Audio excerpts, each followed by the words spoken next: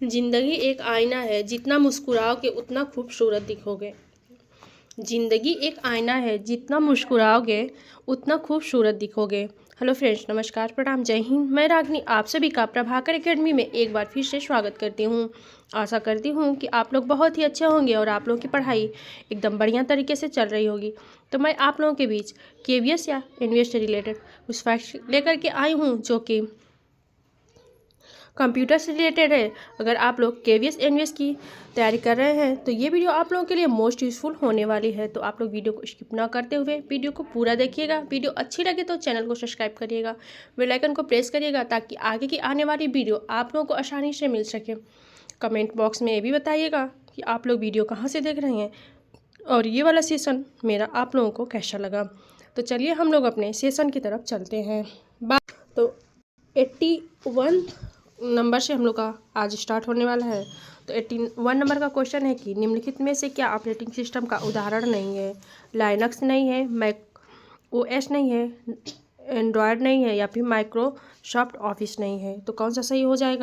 तो सही ऑप्शन हो जाएगा option number D, Microsoft office नहीं है। तो केवीएस पीआरटी 2026 के तो 2023 में शिफ्ट सेकेंड में पूछा हुआ क्वेश्चन है ये।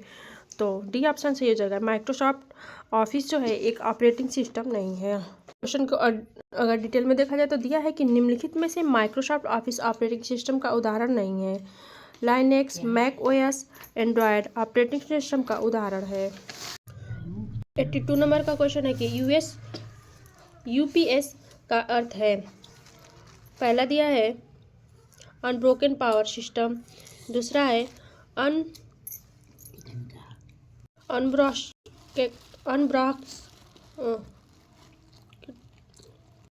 अनब्रास्टेड पावर सप्लाई, दूसरा है अंडर कंट्रोल पावर सिस्टम और तीसरा है यूनिट्रिटिबल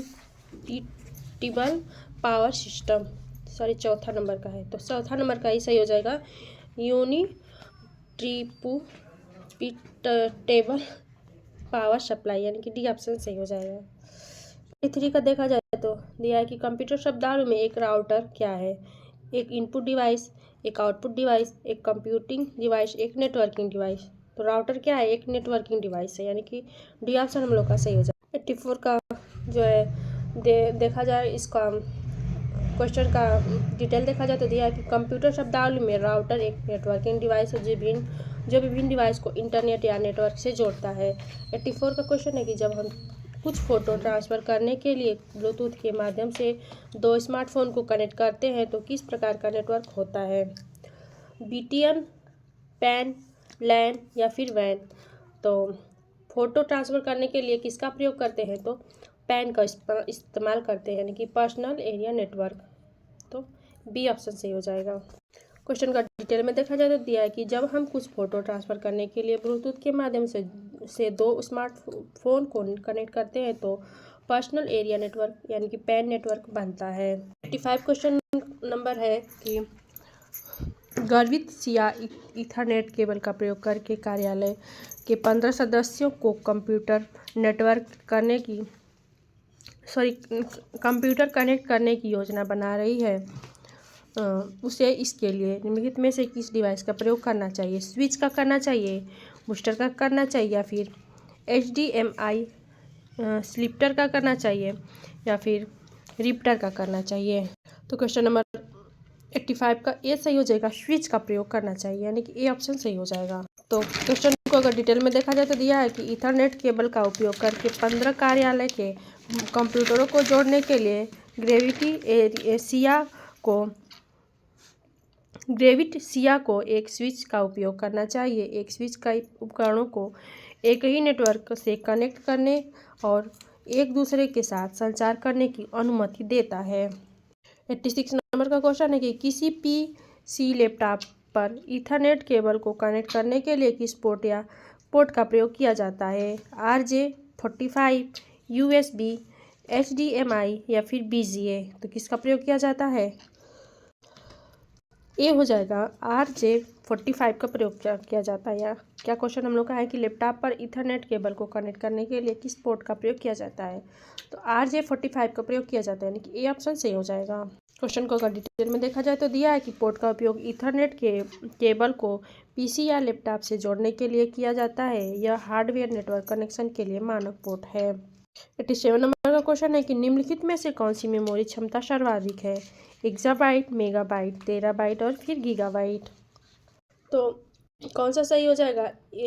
एक्साबाइट जो है सही हो जाएगा, यानी कि सबसे ज़्यादा मेमोरी क्षमता किसकी है? तो एक्साबाइट की, यानी कि ये ऑप्शन सही हो जाएगा। तो अगर डिटेल में देखा जाए तो दिया है कि दिए गए विकल्पों में से मेमोरी की सबसे अधिक क्षमता एक्साबाइट की है। सबसे छोटी सबसे बड़ी मेमोरी क्षमता का क्रम इस प्रकार है, जैसे कि मेगाबाइट, गीगाबाइट, टेराबाइट और एक्साबाइट। तो हम लोगों ने एक शॉर्टकट टिक पढ़ी थी, जो क्या था? BKMGTPEGBG,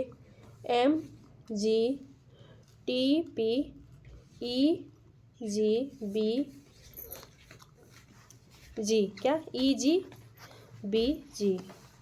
तो क्या था? क्या कैसे? तो पहले आएगा, सबसे छोटी इकाई को देखा जाए तो दिया है होता है निब्बल, फिर बिट होता है, फिर किलोबाइट होता है, फिर मेगाबाइट, फिर गीगाबाइट, फिर टेराबाइट, फिर पेटाबाइट, एक्साबाइट, जीगाबाइट और उसके बाद 88 नंबर का क्वेश्चन है कि किस वीडियो फाइल का फाइल विस्तार नहीं है? MOV का, AVI का, MP4 का या फिर PDF का। तो किसका विस्तार नहीं है? तो PDF का जो है विस्तार नहीं है, यानी कि डी ऑप्शन हम लोग का सही हो जाएगा। क्वेश्चन को अगर डिटेल में देखा जाए तो दिया है कि PDF किसी वीडियो फाइल का फाइल विस्तार नहीं है, जबकि MOV, AVI, MP4 video file का विस्तार है। PDF का अर्थ पोर्टेबल डॉक्यूमेंट फॉर्मेट है। इसका उपयोग दस्तावेज के लिए किया जाता है। क्वेश्चन 89 है कि VoIP, क्या VoIP का पूरा नाम क्या है? Video on over internet protocol, voice on internet protocol, voice over internet protocol या फिर वॉइस ओवर इंटरनेटवर्क प्रोटोकॉल। तो कौन सा ऑप्शन सही हो जाएगा? ऑप्शन सी सही हो जाएगा। वॉइस ओवर इंटरनेट प्रोटोकॉल जो है VoLP का पूरा नाम है। क्वेश्चन नंबर 90 है कि ALU के प्रथम अक्षर का अर्थ है, यानी कि ALU में का फुल फॉर्म क्या है? ALU का फुल फॉर्म क्या है? Arithmetical and Latin unit, arithmetical and logic unit, arithmetical and language unit या फिर अर्थमेटिकल एंड लॉजिक यूनिट। तो कौन सा सही हो जाएगा? अर्थमेटिकल एंड लॉजिक यूनिट जो है सही हो जाएगा, यानी कि हम लोग का बी ऑप्शन सही हो जाएगा। ALU का फुल फॉर्म होता है अर्थमेटिकल एंड लॉजिक यूनिट, यानी बी ऑप्शन सही हो जाएगा। क्वेश्चन को डिटेल में देखा जाए तो दिया है कि ALU का पूरा नाम अर्थमेटिकल लॉजिक यूनिट है। CPU एक हार्डवेयर के 3 प्रकारों में से एक है। CPU डाटा प्रोसेसिंग का कार्य करता है। यह डाटा पर कंट्रोल यूनिट से प्राप्त निर्देश के अनुसार गणितीय तथा तार्किक कार्य करता है। ALU के 2 भाग हैं, AU अर्थमेटिक यूनिट अंकगणितीय गणना हेतु, ALU लॉजिक यूनिट यानी कि तार्किक गणना हेतु। 91 है कि मैं एक शॉर्टकट की हूँ जो माइक्रोसॉफ्ट ऑफिस का प्रयोग करते समय किसी भी सिलेक्टेड टेक्स्ट को बोल्ड करने के लिए सर्वाधिक उपयोगी होती हूँ। मैं कौन हूँ? तो Shift+B है, Alt+B है, Control+B है या फिर Home+B है। तो कौन सा लॉजिक की है? तो Control+B है, यानी कि सी ऑप्शन हम लोग का सही हो जाएगा। को डिटेल में देखा जाए तो दिया है कि Control+B टेक्स्ट को मोटे अक्षरों में बोल्ड में लिखा जाता है। लिखना अन्य शॉर्टकट की का कार्य, मतलब जो है Control+B का कार्य है कि टेक्स्ट को मोटे अक्षरों में लिखना, और अन्य शॉर्टकट की का कार्य क्या है? चलिए देखते हैं। Control+I का क्या कार्य क्या है? टेक्स्ट को तिरछे अक्षरों में लिखना, यानी कि इटैलिक किसको कहते हैं? तो Control+I से इटैलिक याद कर लीजिए। Control+I को अगर हम लोग प्रेस करेंगे तो जो है इटैलिक लिखा जाएगा, यानी कि तिरछे अक्षरों में लिखा जाएगा। Control+U से टेक्स्ट को अंडरलाइन करना है, तो U से अंडरलाइन याद कर लीजिए। Control+L से पैराग्राफ को बाईं ओर ले जाना है, यानी कि लेफ्ट। Control+L को दबाएंगे तो लेफ्ट बाई का मतलब कि लेफ्ट को, तो कंट्रोल प्लस एल से लेफ्ट होता है और कंट्रोल प्लस एल को दबाएंगे तो पैराग्राफ को बाईं ओर ले जाएंगे। कंट्रोल प्लस ई से टेक्स्ट को बीच में ले जाना यानी कि इंटर में, तो ई से इंटर और टेक्स्ट को बीच में ले जाना मतलब इंटर, ई से इंटर और कंट्रोल प्लस ई, तो इसका शॉर्टकट से इससे याद कर सकते हैं। नंबर 92 है कि निम्नलिखित में से कौन सा ऑपरेटिंग सिस्टम नहीं है, यूनिक्स नहीं है, लाइनक्स नहीं है, विंडोज़ नहीं है या फिर एज नहीं है। तो कौन सा ऑपरेटिंग सिस्टम नहीं है, तो विंडोज़ नहीं है, यानी कि सी ऑप्शन हम लोग का सही हो जाए। ऑपरेटिंग सिस्टम पूछा है तो ऑपरेटिंग सिस्टम जो है एज नहीं है, एज जो है ऑपरेटिंग सिस्टम नहीं है, और सब यूनिक्स, लाइनक्स और विंडोज़ जो है एक ऑपरेटिंग सिस्टम है। तो क्वेश्चन को डिटेल में देखा जाए तो दिया है कि ऑपरेटिंग सिस्टम या प्रोग्रामों का एक समूह होता है जो कंप्यूटर सिस्टम तथा उसके साथ संसाधनों के कार्यों को नियंत्रित करता है तथा हार्डवेयर, सॉफ्टवेयर तथा उपयोगकर्ता के मध्य समन्वय स्थापित करता है। ऑपरेटिंग सिस्टम के उदाहरण MS, DOS, MS, Windows, Unix, Linux, Xenix, Google, Chrome OS, Android OS जो है एक ऑपरेटिंग सिस्टम है, जबकि एज एक hard speed wireless data service है। 3 देखा जाए तो दिया है कि इंटरनेट से कनेक्ट हुए कंप्यूटरों की पहचान किसके द्वारा की जाती है, मेमोरी एड्रेस से, IP एड्रेस से, मैक एड्रेस से या फिर वेब एड्रेस से। तो किससे किया जाता है, तो IP एड्रेस से किया जाता है, यानी कि बी ऑप्शन सही हो जाएगा। उनको डिटेल में देखा जाए तो दिया है कि इंटरनेट से कनेक्ट किए हुए कंप्यूटर की पहचान IP उपयोगकर्ता IP एड्रेस द्वारा किया जाता है। IP एड्रेस इंटरनेट उपयोगकर्ता की पहचान होती है। इसका पूरा नाम इंटरनेट प्रोटोकॉल एड्रेस है। यह संख्याओं का एक सेट है जो कंप्यूटर नेटवर्क से जुड़े डिवाइसेस की पहचान करने तथा उनके बीच डाटा ट्रांसफर करने में सहायक होता है। IP एड्रेस 2 प्रकार के वर्जन हैं, IPv4, IPv6। 94 नंबर का है कि निम्नलिखित में से कौन सा कथन असत्य है, इंटरनेट नेटवर्कों का एक नेटवर्क है, या फिर दूसरा है कि इंटरनेट एक लोकल कंप्यूटर नेटवर्क है, या फिर इंटरनेट सभी कंप्यूटर सूचना साझा करने के लिए और उसकी पुनः प्राप्ति रिट्रीवल करने के लिए परस्पर जुड़े होते हैं, या फिर इंटरनेट का उपयोग करके हम विश्व में कहीं भी पर भी मेल, फोटो, वीडियो का मैसेज भेज सकते हैं। तो कौन सा असत्य है, तो बी नंबर का असत्य हो जाएगा, इंटरनेट एक लोकल कंप्यूटर नेटवर्क है, यही गलत दिया है, बी ऑप्शन सही हो जाएगा। अगर डिटेल में देखा जाए तो दिया है कि इंटरनेट का पूरा नाम इंटरनेशनल नेटवर्किंग है।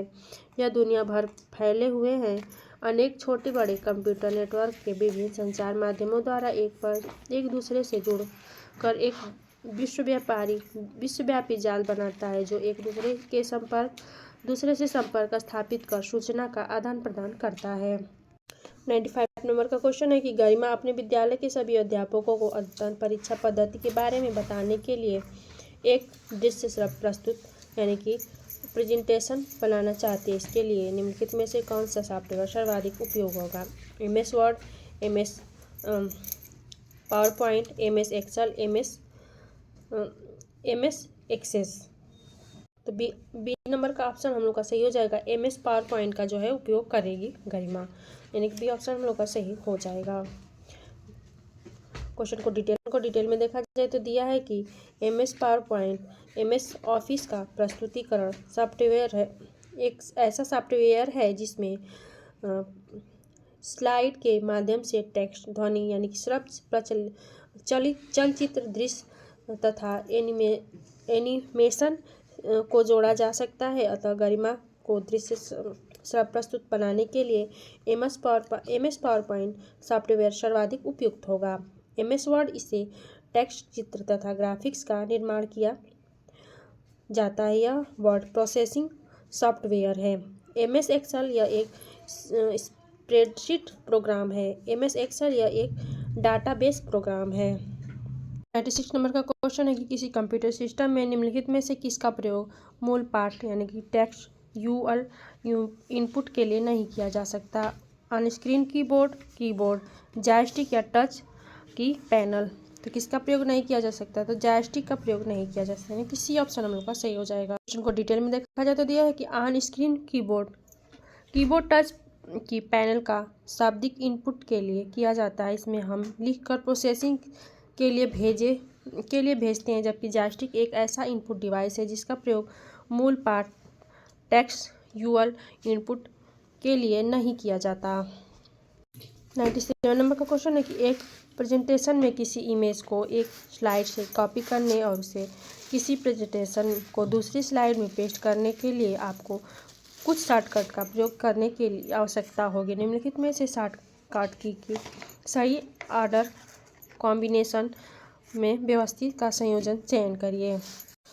तो Ctrl+C, उसके बाद Ctrl+V दबाना होगा, या फिर Ctrl+B उसके बाद Ctrl+C दबाना होगा, या फिर Ctrl+X तथा Ctrl+V दबाना होगा, Ctrl+V तथा Ctrl+X दबाना होगा। तो कौन सा प्रेस करना होगा? तो Ctrl+C कॉपी करना, फिर उसके बाद पेस्ट करना, एक मतलब कॉपी करके दूसरे फाइल में भेजना जो है ऑप्शन नंबर सी से होगा, यानी कि Ctrl+C और उसके बाद Ctrl+V को प्रेस करेंगे तो ये होगा। तो ये ऑप्शन सही हो जाएगा। को डिटेल में देखा जाए तो दिया है कि क्वेश्चन को डिटेल में देखा जाए तो दिया है कि प्रेजेंटेशन में किसी इमेज को एक स्लाइड से कॉपी करने और उसे प्रेजेंटेशन को दूसरी स्लाइड पर पेस्ट करने के लिए Ctrl+C का प्रयोग करते हैं, और फिर कट या कॉपी की गई डॉक्यूमेंट को Ctrl+V का तथा पेस्ट कर दिया जाता है। 98 है कि एक समान अथवा भिन्न भौगोलिक संस्थानों पर दो या उससे अधिक यूजर्स के बीच रियल टाइम श्रव्य और वीडियो सेशन मीटिंग और चर्चा कहलाती है। Chat, video conferencing, team chat या फिर गूगल मीटिंग तो क्या कहलाती है? तो वीडियो कॉन्फ्रेंसिंग कहलाती है, यानी कि बी ऑप्शन सही हो जाएगा। तो दिया है कि गूगल मीटिंग एक समान अथवा भिन्न भौगोलिक स्थानों पर दो या उससे अधिक यूजर्स के बीच रियल टाइम श्रव्य और वीडियो सेशन मीटिंग और चर्चा गूगल मीटिंग कहलाती है। यह एक वीडियो कॉन्फ्रेंसिंग कॉलिंग प्लेटफॉर्म है जिसे खासतौर पर व्यावसायिक मीटिंग व चर्चा हेतु उपयोग किया जाता है। यह एक से अधिक भिन्न भौगोलिक क्षेत्र में लोगों से जुड़ने में सहायक होता है। 99 है कि कंप्यूटर वायरस के फैलने के लिए निम्नलिखित में से कौन सी विधि मान्य नहीं है? इंटरनेट से फ्री सॉफ्टवेयर डाउनलोड करना, वेब पेज पर पॉप अप्स को क्लिक करना, आपके कंप्यूटर पर उपलब्ध फाइलों को प्रिंट करना, अज्ञात स्रोतों से प्राप्त अटैचमेंट को खोलना। तो क्या हो जाएगा? कंप्यूटर वायरस के फैलने के लिए निम्नलिखित में से कौन सी विधि मान्य नहीं है? तो आप अपने कंप्यूटर पर उपलब्ध फाइलों को प्रिंट करवाएंगे तो इससे जो है वायरस फैलने का खतरा नहीं रहेगा, यानी कि सी ऑप्शन हम लोग का सी हो जाएगा। इनको अगर डिटेल में देखा जाए तो दिया कंप्यूटर वायरस एक छोटा द्वेषपूर्ण सॉफ्टवेयर प्रोग्राम है जो किसी वैध प्रोग्राम के साथ जुड़ने से इंटरनेट द्वारा कंप्यूटर की मेमोरी पर प्रवेश कर जाता है। दिया है जो है क्वेश्चन को डिटेल में दिया जाए तो देखा जाए तो दिया है कि कंप्यूटर वायरस मुख्यतः इंटरनेट या मेमोरी जैसे floppy disk, CD, DVD, pen drive के सहारे फैलता है। वायरस के फैलने की विधियाँ कैसे फैलता है वायरस? इंटरनेट से फ्री सॉफ्टवेयर डाउनलोड करना, वेब पेज पर पॉप अप्स को क्लिक करना, अज्ञात स्रोतों से प्राप्त अटैचमेंट को खोलना। यह हार्डवेयर को प्रभावित नहीं करता। 100 है, यानी कि हम सेंचुरी लगा चुके हैं। तो 100 क्वेश्चन है हम लोग का कि दस्तावेज के पूरे पाठ पर का चयन करने के लिए कुंजी पटल की निम्नलिखित में से कौन सी कुंजियों के युग्म से सहायता मिलेगी? Ctrl+C, Ctrl+V, Ctrl+S, Ctrl+A। तो किससे सहायता मिलेगी? तो Ctrl+A से सहायता मिलेगी। तो कुछ जो है शॉर्टकट की दिया हुआ है, तो शॉर्टकट ए है दस्तावेजों को पूरे पाठ का चयन करना, Ctrl+C चयनित पाठ्यक्रम को कॉपी करना, Ctrl+X चयनित पाठ्यक्रम को कट करना, Ctrl+V पेस्ट करना। नंबर 101 है कि निम्नलिखित में से कौन से सॉफ्टवेयर सिस्टम सॉफ्टवेयर को श्रेणी में से संबंधित है? MS word, media player, operating system, gaming software. तो कौन से हैं? तो सिस्टम सॉफ्टवेयर कंप्यूटर हार्डवेयर को इस प्रकार नियंत्रित करता है कि अनुप्रयोग सॉफ्टवेयर अच्छी तरह से चल सके। उदाहरण के लिए operating system, device drive, Windows system आदि। नंबर 102 है कि निम्नलिखित में से कौन सी कंप्यूटर का ब्रेन कहलाता है?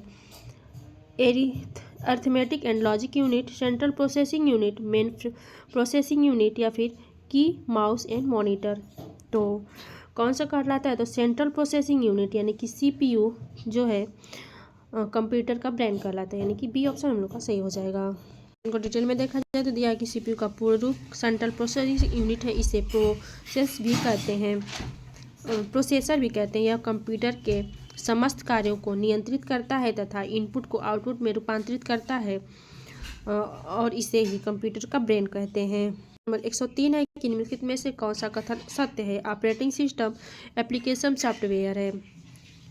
किसी कंप्यूटर प्रणाली में प्रेजेंटेशन तथा डॉक्यूमेंट टूल एप्लीकेशन सॉफ्टवेयर का उदाहरण है। हार्ड डिस्क तथा कंप्यूटर मेमोरी रैम दो लोकप्रिय एक्सटर्नल स्टोरेज उपकरण हैं। फाइल कंप्रेशन सॉफ्टवेयर जैसे बीपीजी, 7-zip आदि सिस्टम सॉफ्टवेयर का उदाहरण है।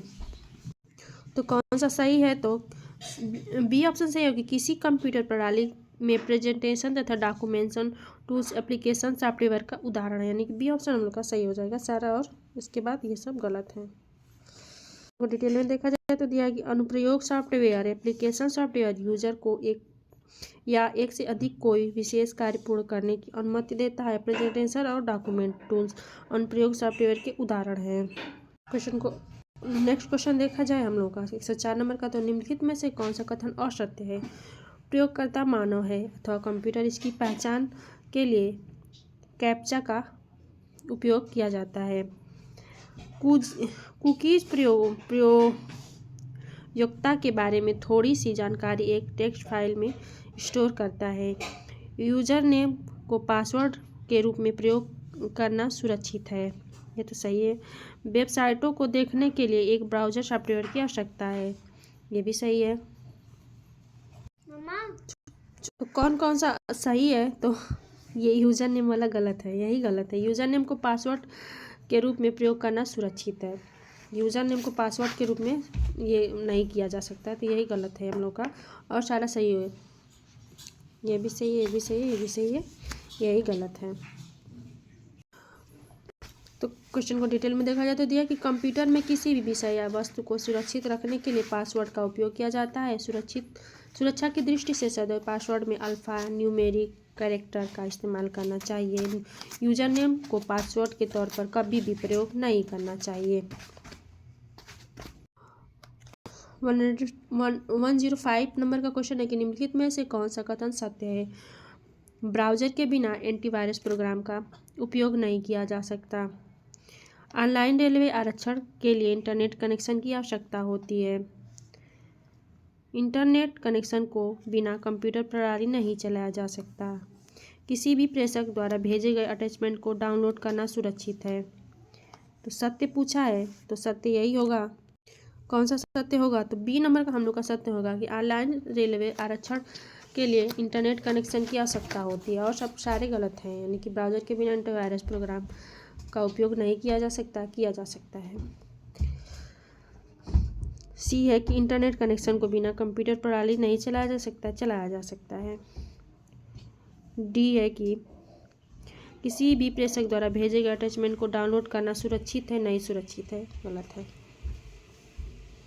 क्वेश्चन को डिटेल में देखा जाए तो दिया है कि ई टिकट आशय ऐसे टिकट से है जो रेलवे काउंटर पर गए बिना आरक्षित किया जाता है या ऑनलाइन तरीके से आरक्षित किया जाता है, तथा इसके लिए इंटरनेट कनेक्शन की आवश्यकता होती है। 6 नंबर का क्वेश्चन है कि निम्नलिखित कथन के लिए सही विकल्प का चयन कीजिए। फिशिंग एक गैर कानूनी गतिविधि है जिसमें आपराधिक तरीके से कंप्यूटर प्रणाली में प्रवेश किया जाता है। प्रयोक्ता को धोखाधड़ी करके बैंक तथा क्रेडिट कार्ड के विवरण एकत्र करने के लिए फर्जी ईमेल भेजा जाता है, या फिर हमलावर सभी डाटा का तथा कंप्यूटर प्रणाली में प्रवेश को अवरुद्ध करता है, या फिर अनुमति के बिना कंप्यूटर प्रणाली में वायरस इंस्टॉल कर देता है। तो क्या है? फिशिंग एक गैर कानूनी गतिविधि है। तो इसमें क्या होता है? फिशिंग में तो जो है जो धोखा करता है, यानी कि जो फिशिंग करता है, तो क्या करता है कि प्रयोक्ता को से धोखाधड़ी करके बैंक तथा क्रेडिट कार्ड विवरण एकत्र करने के लिए फर्जी ईमेल भेजी जाती है जो कि असली जैसा दिखता है। यानी फिशिंग में ही यही होता है, मछलियों को फंसाने के लिए उनको दाना डाला जाता है और उनको फंसा लिया जाता है। तो सेम जो है धोखाधड़ी जो ऐसे होता है फिशिंग में, तो वैसे ही होता है। यानी कि डी ऑप्शन हम लोग का सही हो जाएगा। उनको अगर डिटेल में देखा जाए तो दिया है कि फिशिंग एक गैरकानूनी गतिविधि है जिसमें प्रयोगकर्ता के से धोखाधड़ी करके बैंक तथा क्रेडिट कार्ड के विवरण एकत्र करने के लिए फर्जी ईमेल भेजी जाती है जो असली जैसी दिखती है। नेक्स्ट 107 नंबर का क्वेश्चन है कि निम्नलिखित में से कौन सा कथन असत्य है। यूजर नेम तथा पासवर्ड मित्रों के साथ सुरक्षित रूप से साझा किए जा सकते हैं। गलत बात, यही गलत बात है। वित्तीय लेन देन जैसे दूसरा है कि वित्तीय लेन देन को प्रमाणिक पत्र व्यवहार के लिए डिजिटल हस्ताक्षर बाधा नहीं है। ये तो सही बात है, बाधा नहीं है। यही गलत है कि असत्य है। तो पहले ही हम लोग को असत्य दिख गया, लेकिन सारे ऑप्शन को हम लोग पढ़ लेते हैं। इनका नंबर का दिया है कि साइबर अपराध का अर्थ है कि ऐसा कोई अपराध जिसमें एक कंप्यूटर तथा एक नेटवर्क सम्मिलित हो। चोरी का पता लगाना एक साइबर अपराध है। तो यही ऑप्शन हम लोग का सही हो जाएगा कि अपना यूज़र नेम और पासवर्ड कितना भी कोई खास हो उसको साझा नहीं करना चाहिए। तो यही ऑप्शन हम लोग का असत्य था। तो डिटेल में देखा जाए तो दिया है कि यूज़र नेम और पासवर्ड को मित्रों तथा अन्य किसी के भी साथ आसानी से साझा नहीं किया जाना चाहिए क्योंकि इसमें यूज़र की गोपनीयता, सूचना नष्ट या चोरी होने की संभावना सदैव बनी रहती है। तो फ्रेंड्स आज के लिए बस इतना ही। इसके नेक्स्ट क्वेश्चन को हम लोग कल के वीडियो में देखेंगे और कल का वीडियो हम लोग का कंप्यूटर से रिलेटेड लास्ट रहेगा और उसके बाद हम लोग मिलेंगे केबीएस एग्ज़ाम के बाद।